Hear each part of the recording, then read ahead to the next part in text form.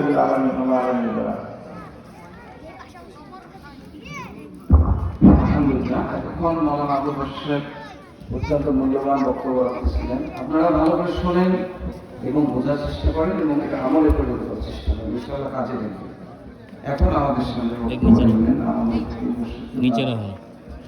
খলিফা সুদূর কুমিল্লা কাইমগঞ্জ থেকে আগত মৌলানা মোহাম্মদ আবু হানিফ সরকার সাহেব, তাকে ১৭ মিনিট বক্তব্য দেওয়ার জন্য অনুরোধ করতেছি।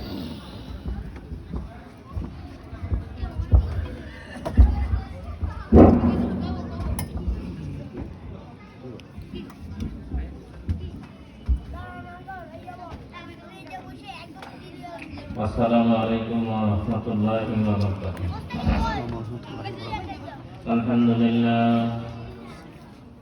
আলহামদুলিল্লাহ নাহমাদুহু ওয়া নাস্তাঈনুহু ওয়া নাস্তাগফিরুহ ওয়া না'উযু বিল্লাহি মিন শুরুরি আনফুসিনা ওয়া মিন সাইয়্যাতি আ'মালিনা। মান ইয়াহদিহিল্লাহু ফালা মুদিল্লা লাহু ওয়া মান yudlilhu ফালা হাদিয়া লাহু। ونشهد أن لا إله إلا الله وحده لا شريك له ونشهد أن سيدنا ونبينا وشفيعنا وحبيبنا ومولانا محمد صلى الله تعالى عليه وصحبه أجمعين. أعوذ بالله من الشيطان الرجيم. بسم الله الرحمن الرحيم. إن رحمة الله قريب من المحسنين وما أرسلناك إلا رحمة للعالمين. ما كان محمد أبا أحد من رجالكم ولكن رسول الله وخاتم النبيين وكان الله بكل شيء عليما. إن الله وملائكته يصلون على النبي يا أيها الذين آمنوا صلوا عليه وسلموا تسليما.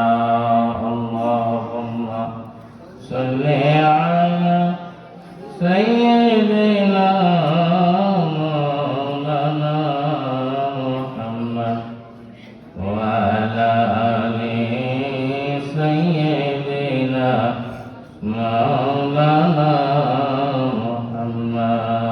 اللهم صل على سيدنا مولانا محمد وعلى آل سيدنا مولانا محمد. इश्क महबूब खुदा जिस दिल में हासिल नहीं,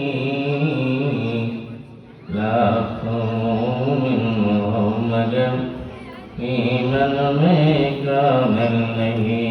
अल्लाहुम्मा सल्ली अला सय्यिदिना मौलाना मुहम्मद वअला आलि सय्यिदिना मौलाना मुहम्मद.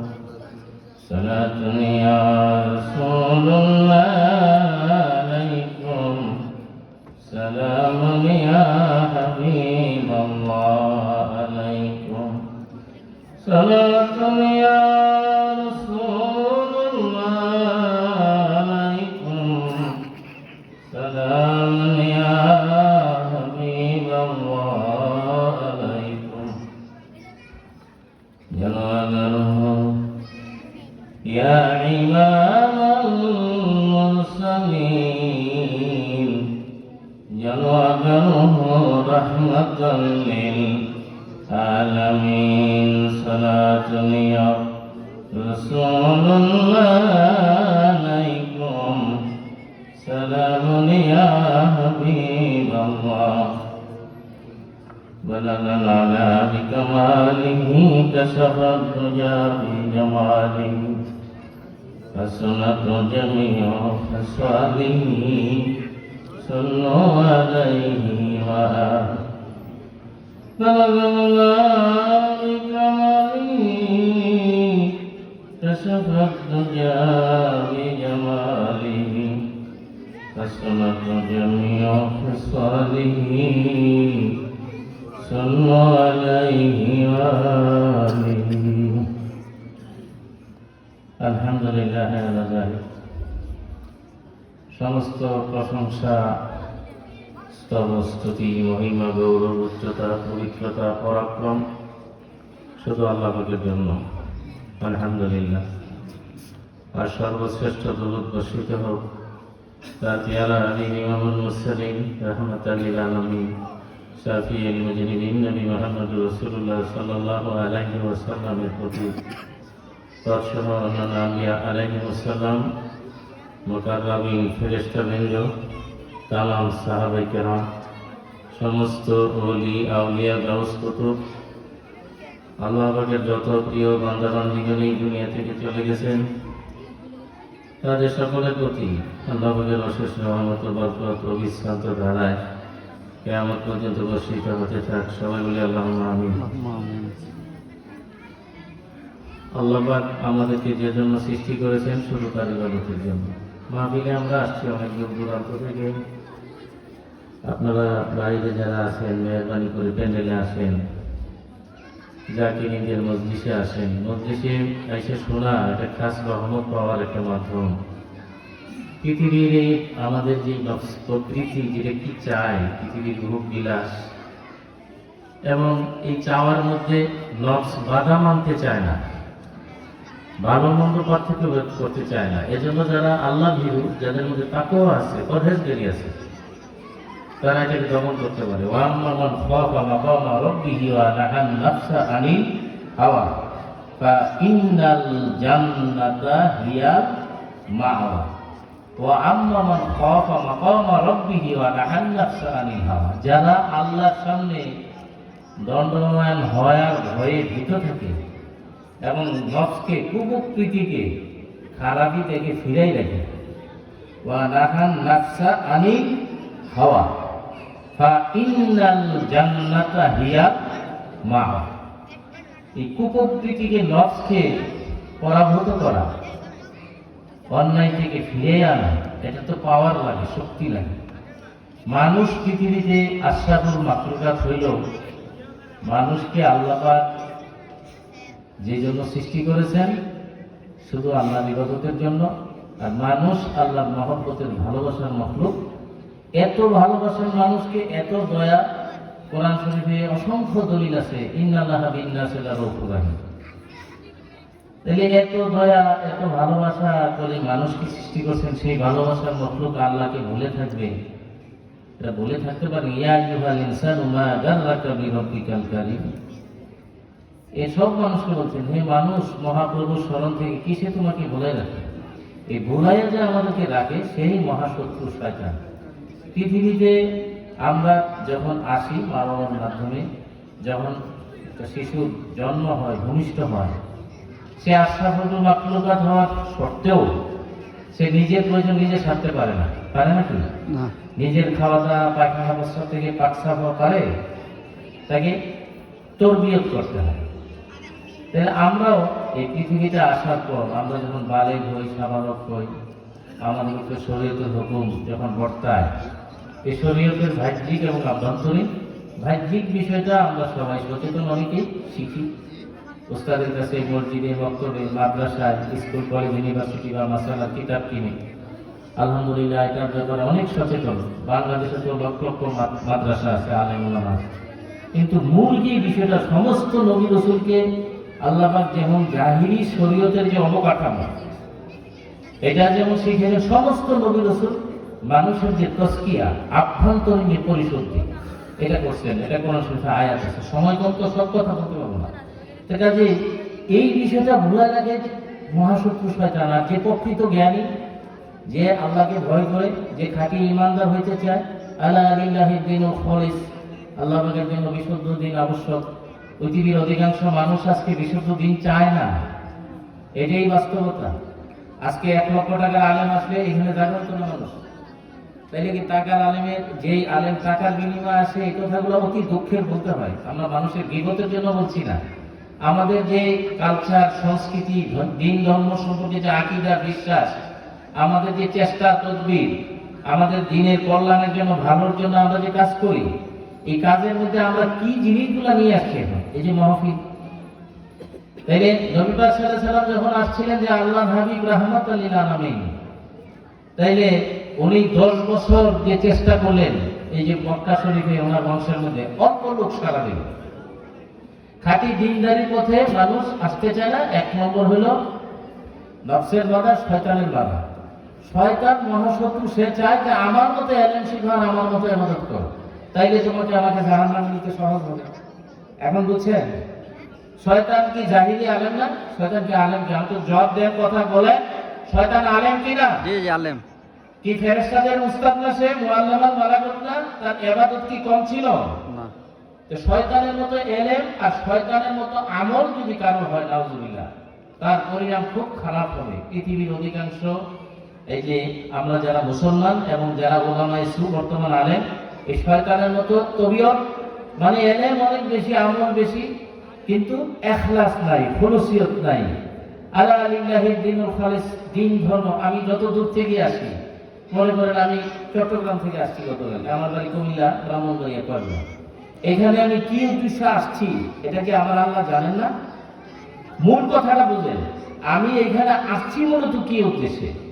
কি টাকার উদ্দেশ্যে, না সুনামের উদ্দেশ্যে, মানুষের প্রশংসা পাওয়ার উদ্দেশ্যে? আল্লাহ কয় তুমি যেই উদ্দেশ্যে আসছো আমি তোমাকে সেই রেজাল্ট, সেই ফলাফল দিব। ইন্নামাল আমালু বিন্নিয়াত।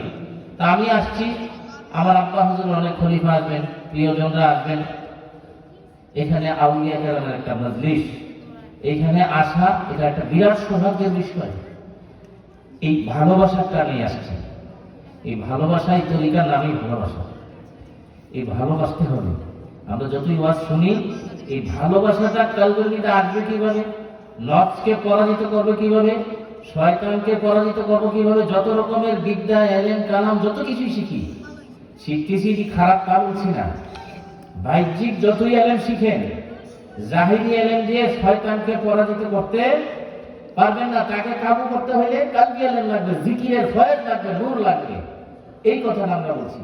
কোরআন শরীফ পড়লেই, অর্থ জানলেই সবাই হেদায়েত পাবে না। কোরআন শরীফের শুরুতেই বলা আছে কারা হেদায়েত পাবে, যালিকাল কিতাবু লা রাইবা ফীহি হুদাল লিল মুত্তাকিন। হুদাল লিল মুত্তাকিন, যারা মুত্তাকি, যারা আল্লাহকে ভয় করে, একমাত্র শুধু তারাই হেদায়েত পাবে। এই মুত্তাকি, তাকওয়া, পরহেজগার, এটা কোথায় থাকে? কিতাবের মধ্যে থাকে? কথা মাইন্ড করেন না। তাকওয়ার গুণ থাকে কোথায়? কলবের মধ্যে থাকে। তাকওয়ার গুণ অর্জন করতে হয় কি চেষ্টায়?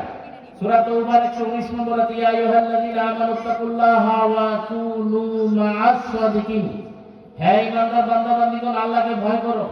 আল্লাহ তো মহান, রহমানুর রহিম, গফুর রহিম, আর এত ভালোবাসেন মানুষকে। ভয় করার সাথে সাথে আল্লাহ বলে দিয়েছেন, শোনো, এই আয়াত পড়লে তোমার মধ্যে ভয় আসবে না, আমি যেটা বলছি এটা শোনো, আমার সাদিকিন বান্দাদের সাথে মিশো, তাইলে তুমি ভয়ের রেশ তোমার কলবে ঢুকবে। যারা এটা মানবে না, তারা এই তাকওয়ার গুণ অর্জন করতে পারবে না, কারণ আল্লাহর কথা ডিনাই করে। কোন সাদিকিন, সাদিকিনদের সাথে মিশতে হবে।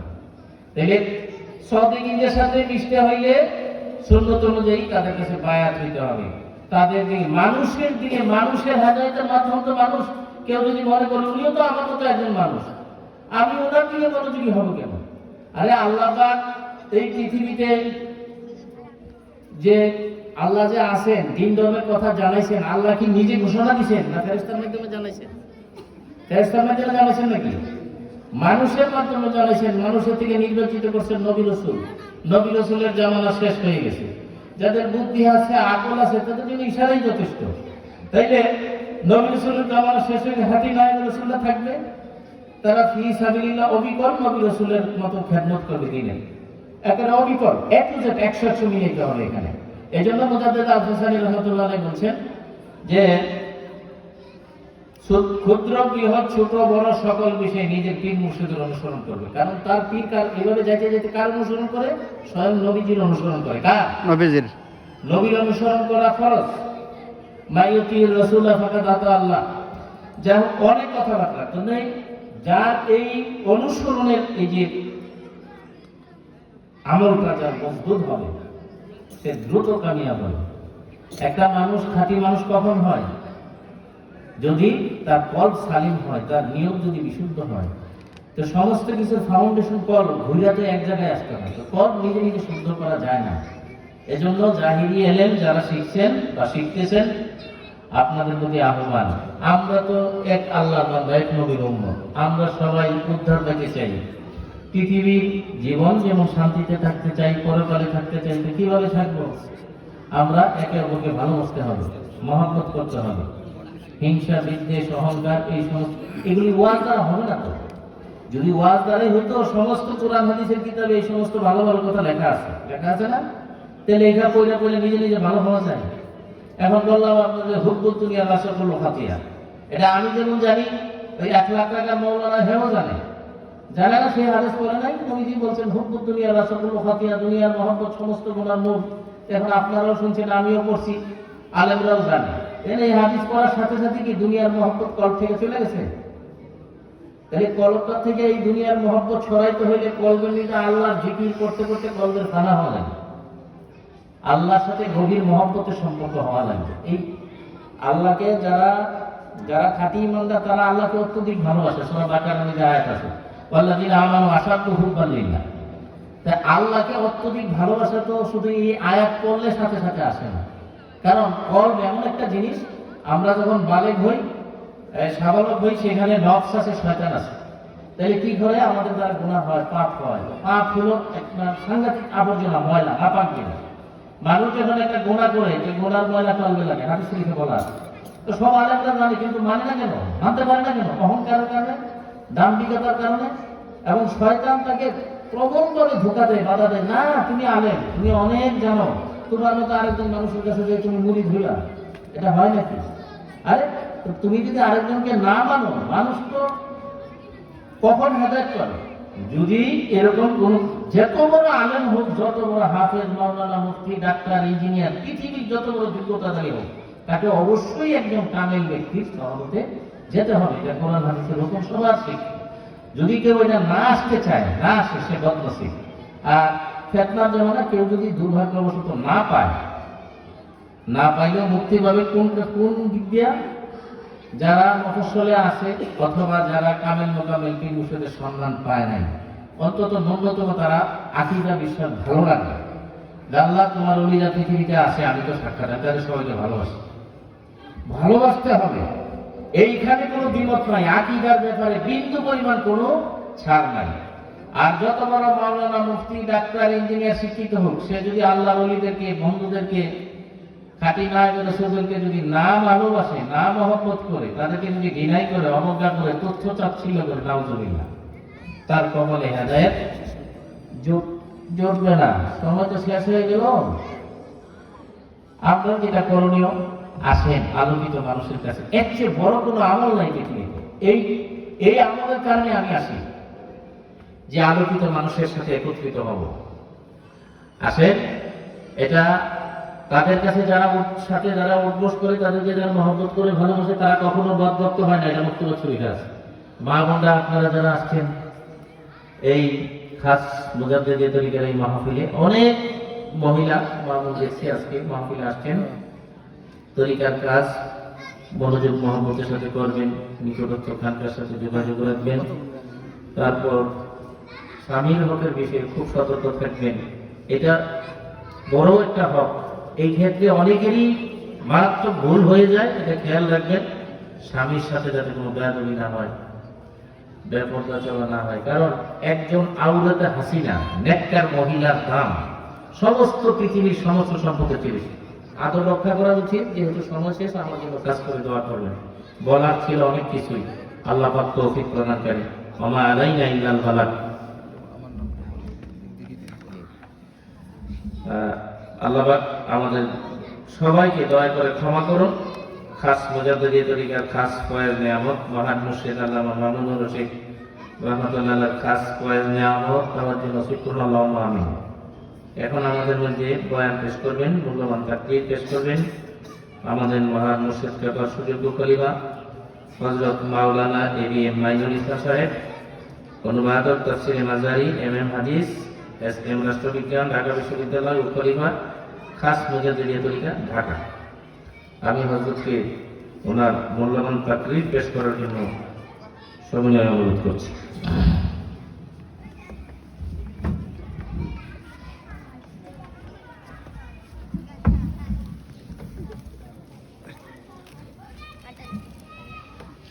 আলহামদুলিল্লাহ, সর্বপ্রথম বলি আলহামদুলিল্লাহ। আফজালুজ যিকরিল্লাহ